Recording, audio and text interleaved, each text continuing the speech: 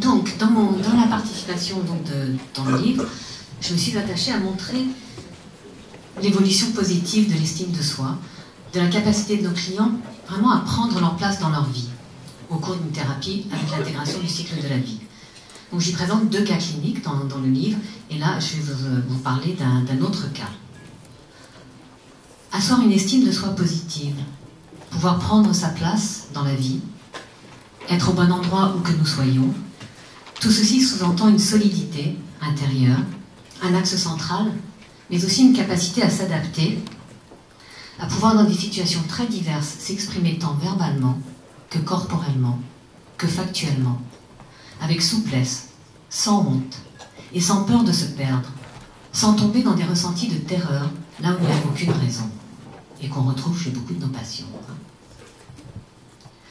À partir de ce thème de l'estime de soi, je voudrais élargir ma réflexion pour explorer avec vous comment il me semble que l'ICV va travailler dans les recoins les plus profonds et les plus précoces de notre histoire pour installer cette solidité intérieure fondamentale, ces fondations si nécessaires dont finalement l'estime de soi n'est qu'une conséquence.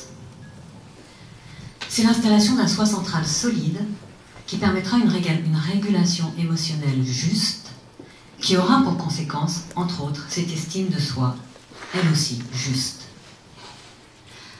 L'ICV a émergé au début des années 2000, grâce à la curiosité, la ténacité et le génie clinique de Peggy Pace, qui a ainsi pas à pas élaboré ce nouveau modèle thérapeutique. Madame Pace, de par sa formation en EMDR, s'intéressait au modèle de la dissociation, mais elle s'est aussi largement penchée sur la théorie de l'attachement.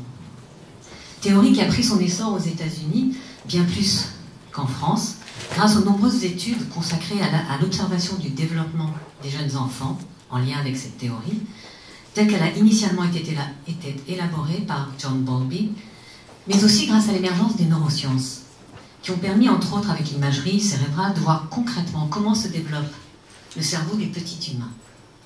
Ce qui nous permet aujourd'hui de parler avec Alan Shaw de la théorie de la régulation, sous-entendu régulation émotionnelle, plutôt que de la théorie de l'attachement. Les fondations de notre être se posent dans le cerveau droit, celui qui régule notre niveau émotionnel, nous maintenant dans un espace de sécurité interne, permettant à notre cerveau gauche plus cognitif, plus explorateur, de se développer le mieux possible, et ce dès notre plus jeune âge. Ainsi, les systèmes motivationnels, d'exploration, de compétition, de coopération, de caregiving sexuel, vont se développer d'autant mieux que le système d'attachement a reçu des réponses adéquates lors de la période allant de la conception jusqu'à 3 ans. Depuis quelques décennies maintenant, le modèle théorique de la dissociation s'est développé, permettant de mieux comprendre la psychopathologie. Elle est de plus en plus admise et reconnue pour expliquer les dysfonctionnements psychopathologiques allant de l'anxiété au trouble borderline jusqu'aux troubles dissociatifs de l'identité. Mais en tant que thérapeute, malgré les nouveaux modèles thérapeutiques qui ont pu émerger en lien avec cette théorie de la dissociation, nous venons encore régulièrement nous heurter à une difficulté à obtenir des résultats profonds, durables pour nos clients. Il me semble pour ma part que le génie de l'ICV, l'intuition de Madame Pace, ont été d'aller voir derrière la dissociation. D'autres thérapeutes y sont allés, notamment Kathy Oshie avec son modèle des schémas précoces, qui a d'ailleurs été pour moi une première incursion dans ce qui se passe avant la dissociation. Et donc, ces personnes, Peggy Pace, Kathy Oshie, sont allées derrière la dissociation. Et à ce jour, l'ICV reste un modèle extrêmement puissant qui a permis d'aller un cran plus loin dans la prise en compte de la souffrance, que j'appellerais sinon originelle, mais en tous les cas d'installation très précoce chez bon nombre de nos clients. L'hypothèse que je vous propose aujourd'hui, et qui je pense ne m'est pas réservée, est la suivante. Je la présente très simplement, et je pense qu'Anandi a bien développé les choses, et il y aurait bien entendu beaucoup plus à élaborer, mais ce n'est pas l'objet de ma présentation. La dissociation structurelle serait une conséquence directe d'un trouble de l'attachement, allant de l'attachement insécure, évitant ou ambivalent, jusqu'à l'attachement désorganisé. L'attachement peut être vu sur un continuum, et le niveau de dissociation peut aussi être sur un continuum, mais en lien, connecté avec ce niveau d'attachement. 2 entités inséparables quand nous pensons notre client. Prenons l'exemple d'un événement à potentiel traumatique. la personne présentant un soi central suffisamment solide pourra, face à cette situation pourra transitoirement se dissocier face à cette situation, mais assez rapidement, dans les jours, les semaines qui vont suivre, pourra mettre en route un travail d'intégration, et il n'y aura pas d'installation d'un état un trouble maintenant, d'un état de stress post-traumatique. Par contre, comme nous le savons tous bien, la personne avec un niveau de dissociation structurelle sera à risque de développer un ESPT, et voire même à ne pas pouvoir maintenir fermé ce qu'il a maintenu fermé jusque-là, sa boîte de Pandore. Et dans cette boîte de Pandore se trouvent tous les éléments porteurs d'un début de vie marqué le plus souvent par des carences, des négligences répétées, de la maltraitance, mais aussi les souffrances et manquements réprimés, méconnus, des figures d'attachement primaires de nos clients. Et bien sûr, en dehors de ces situations déclenchantes, nous avons aussi à l'esprit ces personnes qui viennent nous voir et qui sont depuis souvent de très longues années, non pas en vie, mais en survie permanente. C'est bien tout ça qui est retenu dans cette boîte de Pandore, qu'il s'agit d'aller chercher pour enfin en permettre l'intégration. Il s'agit donc bien au-delà de la dissociation, d'aller traiter, ou plutôt permettre à notre client de mettre en place un attachement sécure acquis, à partir duquel il pourra lui-même, et là je reprends ce sur quoi Nandi a insisté, c'est vraiment, on permet à la personne de reprendre, de développer même parfois une autonomie, puisque c'est le génie de notre cerveau de travailler pour permettre l'intégration. Il va donc intégrer peu à peu les expériences traumatiques de son histoire et intégrer parallèlement, grâce à l'ICV, de nouveaux états émotionnels plus positifs.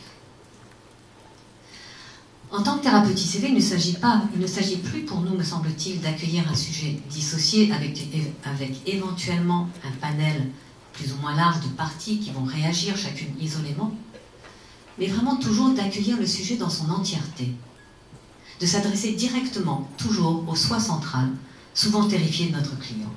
Ce soi central que j'appelle souvent le cœur de notre être. La dissociation est un mécanisme d'adaptation face à un attachement précoce, insécure ou désorganisé. Il y a alors une béance narcissique, l'expression même de la fragilité du soi central, qui n'a pas pu prendre sa place, s'épanouir.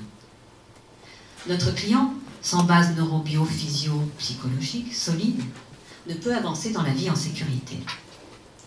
S'attacher à diminuer la dissociation ne permet pas, à mon sens, de traiter l'attachement, et les sous-bassements resteront fragiles, instables. Cette béance narcissique ne sera que colmatée et non transformée. Le sujet venant d'une histoire où s'est mis en place un attachement désorganisé se trouve enfermé dans une immobilité rigide, cherchant désespérément le sentiment d'être en vie, en mouvement, en chemin. Les propos d'une de mes clientes, après plusieurs mois de travail en ICV, illustrent bien cette immobilité, ce surplace. Elle dit « Mais alors, c'est comme ça pour les autres ? Les événements arrivent, passent, puis sont rangés. Je ressens depuis quelque temps quelque chose de tout nouveau et plutôt agréable.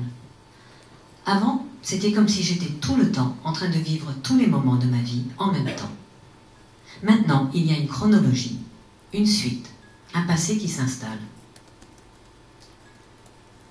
Les thérapeutes centrés sur le modèle théorique de la dissociation uniquement travaillent souvent directement avec les états du moi, ces parties fragmentées de nos clients.